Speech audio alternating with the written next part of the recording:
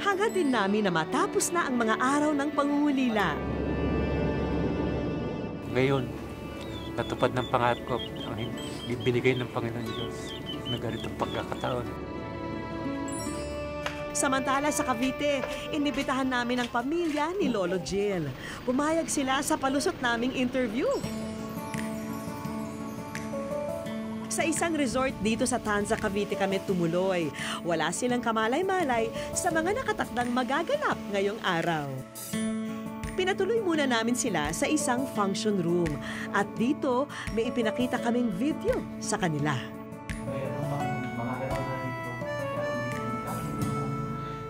Dito na nagsimulang lumuha si Yuli. Habang si Lolo Jill, tila walang reaksyon. Masaya, malungkot dahil... Parang kasi yan. Hindi. Si Tito Boboy. Si Tito Boboy mo ba yan? Hindi ko na nakakilala. Hindi ko na nakilala kapatid ko.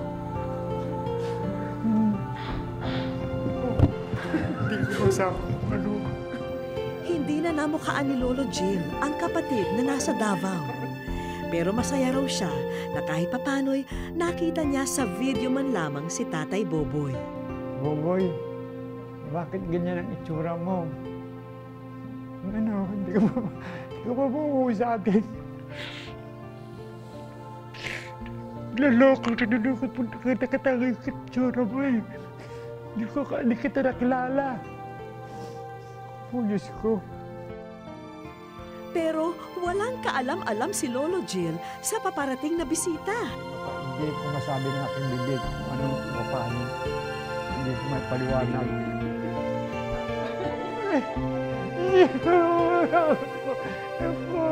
Kapatid ka! Nagiging mo na makikita tayo ngayon!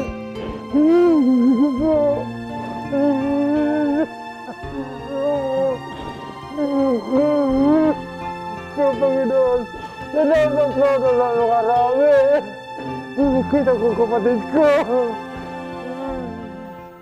Ang 21 taon ay tinuldukan ng isang emosyonal na pagkikita. Para kung hindi ko na pangalawang buhay. Para mabuhay pang matagal. At para maging posible ang lahat ng ito, nagsilbing tulay ang anak ni Lolo Jill. Nakita ko tayo. Salamat sa inyo. Maraming salamat sa inyo. Napakaraming salamat sa inyo. Unang katapos ang pasasalamat sa inyo. Hindi namin malilimutan itong pagtulong niyo sa amin. Dahil sa Miss Kulang. Wish ko Ay, lang. Miss Kulang. Wish ko lang. Miss Kulang. Pero syempre, hindi pwedeng si Kuya Jill nyo lang ang inyong makikita, Tatay Boboy. Dahil tinipon din namin ang iba nyo pang kapatid. Hindi na sa amin, kami na. Walang makatutumba sa saya ng bawat isa. Isang pambihirang pagkakataon daw ito na muli silang magkasama-sama. Iyak lang. Masaya. Talagang gusto namin makita at saka malaman kung ano kinakam. Gusto namin makamusta rin kung anong buhay niya. Matagal na kasi hindi kami nakita Tagal talaga. namin ano ni Jojo.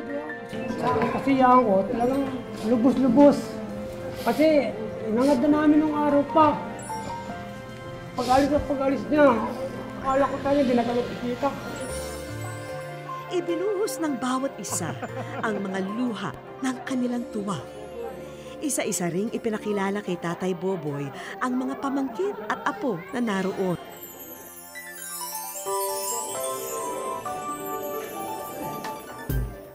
Siyempre, inahanda namin ang inyong bonggang family reunion.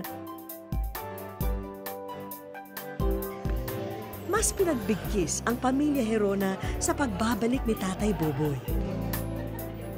Inilayuman ng kapalaran ang isa sa kanila. Hindi naman tinangay ng distansya at mga taon ang kanilang pagmamahalan. Dahil ang bigkis ng pagiging magkapatid ay kailanmay hindi mapapatid.